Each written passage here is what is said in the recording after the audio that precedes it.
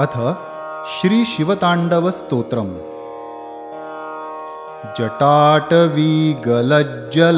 प्रवाह पावितस्थले गलेवलम्ब्य लम्बिताम्बुजङ्गतुङ्गमालिकाम् डमड्डमड्डमड्डमन्निनादवड्डमर्वयम् चकार चण्डताण्डवन्तनोतु नः शिवः शिवम्। जटाकटाह सम्भ्रमभ्रमन्निलिम्पनिर्झरी विलोलवीचिवल्लरी विराजमानमूर्धनी धगद्धगद्धगज्ज्वलल्ललाटपट्टपावके किशोरचन्द्रशेखरे रतिः प्रतिक्षणं मम।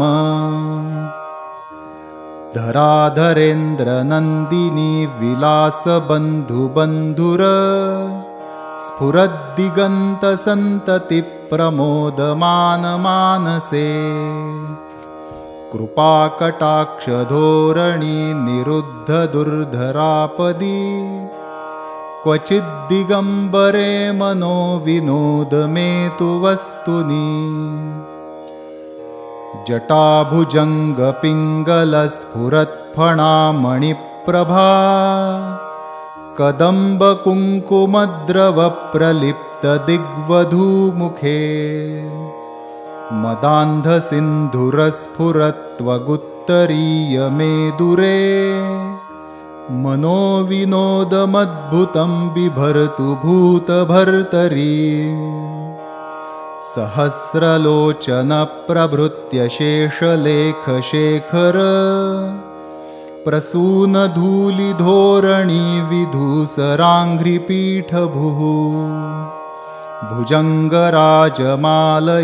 निबद्धजाटजूटकः श्रियै चिराय जायताञ्चकोरबन्धुशेखरः। ललाटचत्वरज्ज्वलद्धनञ्जयस्फुलिङ्गभा निपीतपञ्चसायकन्नमन्निलिम्पनायकम् सुधामयूखलेखया विराजमानशेखरम् महाकपालिसम्पदे शिरोजटालमस्तु नः।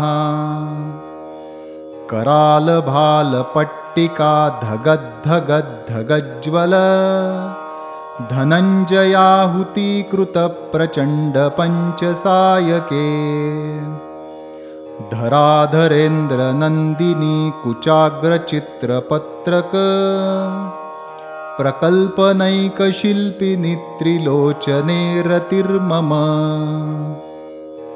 नवीनमेघमण्डली निरुद्धदुर्धरस्फुरत् कुहूनिशीथिनीतमः प्रबन्धबद्धकन्धरः निलिम्पनिर्झरीधरस्तनोतु कृत्तिसिन्धुरः कलानिधानबन्धुरश्रियञ्जगद्धुरन्धरः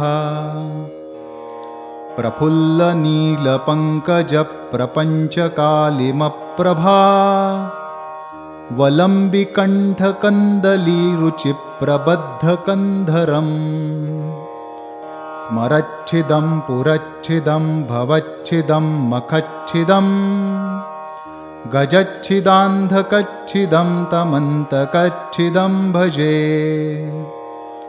अखर्वसर्वमङ्गलाकलाकदम्बमञ्जरी रसप्रवाहमाधुरी विजृम्भणा मधुव्रतम् स्मरान्तकं पुरान्तकं भवान्तकं मखान्तकं गजान्धकान्तकान्तकन्तमन्तकान्तकं भजे।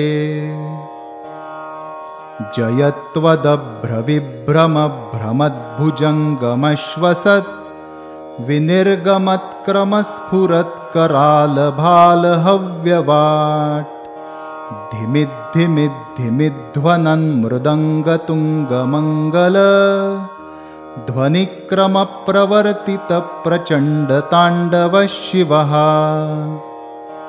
दृशद्विचित्रतल्पयोर्भुजङ्गमौक्तिकस्रजोर्गरिष्ठरत्नलोष्ठयोः सुहृद्विपक्षपक्षयोः तृणारविन्दचक्षुषो प्रजामही महेन्द्रयोः समप्रवृत्तिकः कदा सदाशिवं भजाम्यहम् कदा निलिम्पनिर्झरी निकुञ्जकोटरे वसन् विमुक्तदुर्मतिः सदा शिरस्थमञ्जलिं वहन् विलोललोललोचनो ललामभाललग्नकः शिवेति मन्त्रमुच्चरन् कदा सुखी भवाम्यहम् इमं हि नित्यमेव मुक्तमुत्तमोत्तमं स्तवम् पठन् स्मरन् ब्रुवन्नरो विशुद्धिमेति सन्ततम् हरे गुरौ सुभक्तिमाशु याति नान्यथा गतिम् विमोहनं हि देहिनां सुशङ्करस्य चिन्तनम् सुशङ्करस्य चिन्तनम् सुशङ्करस्य चिन्तनम् पूजावसानसमये दशवक्त्रगीतम् यः शम्भुपूजनपरं पठति प्रदोषे तस्य स्थिरां रथगजेन्द्रतुरङ्गयुक्तां लक्ष्मीं सदैव सुमुखीं प्रददाति शम्भुः। श्री रावणकृतं शिवताण्डवस्तोत्रं सम्पूर्णम्।